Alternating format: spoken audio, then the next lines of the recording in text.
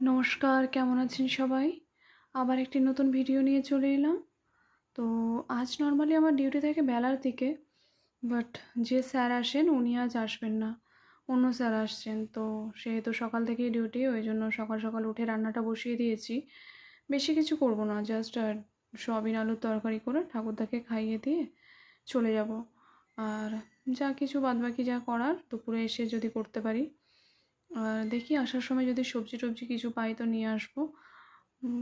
এমনি দুপুরবেলা সবজি-টবজি সেরকম কিছু পাওয়া যায় না। যদিও বা পাওয়া যায় তো সেগুলো ঠিকঠাক পাওয়া যায় না।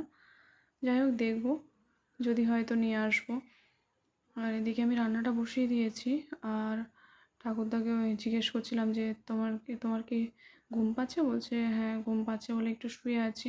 আমি বললাম তা শুয়ে থাকো। আর আমি এদিকে বাইরেটা একটু দেখছিলাম। সকালের পরিবেশটা বেশ ভালোই লাগে, মনোরম শান্ত। মনটাও একটু বেশ ফুরফুরে লাগে। হালকা ঠান্ডা ঠান্ডা মৃদু মৃদু হাওয়া। এখন গরমটা একটু একটু করে পড়ছে, বাট মানে জাস্ট পড়া শুরু করেছে, কিন্তু এতটাই গরম লাগছে যেন হুট করে অনেকটাই গরম পড়ে গেছে। তো ওই জন্য সকালের পরিবেশটা অনেকটা বেশ ভালোই লাগে। একটু একটু হালকা ঠান্ডা ঠান্ডা হাওয়া লাগে, বেশ মনোরম একটা পরিবেশ। তো যাই হোক, আমি রান্নাটা কমপ্লিট করে ঠাকুরদাকে খেতে বসিয়ে দিয়ে তারপর নিজে রেডি হব। আমার এদিকে লেট হয়ে যাচ্ছে। এটা কিন্তু বাড়ির পেছন দিকটা। তো যাই হোক দেখি এদিকে রান্নাটা হচ্ছে। আমি রান্নাঘরটা গোছানোর ছিল, কারণ ও ঘর থেকে এসে রান্নাঘরটা সেরকম গোছানো হয়নি। তো শুক্রবার ছুটি ছিল, ওই জন্য আমি বৃহস্পতিবার বিকেলেই একবারে গুছিয়ে নিয়েছি, যাতে আমার শুক্রবারটা চাপ না হয়। তো ওই জন্য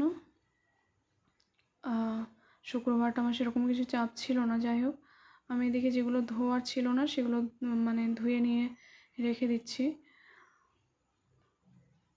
তারপর ঠাকুরদাকে তুলে মুখটা ধুয়ে আর খাইয়ে খেতে বসিয়ে দেবো, দিয়ে নিজে রেডি হব। যতক্ষণে ঠাকুরদা খেতে থাকবে আমি ততক্ষণে রেডি হয়ে নেব। তো যাই হোক, এদিকে কিন্তু আমার রান্নাটা কমপ্লিট। আজকে এই পর্যন্ত। থ্যাংক ইউ সবাইকে শেষ পর্যন্ত দেখার জন্য।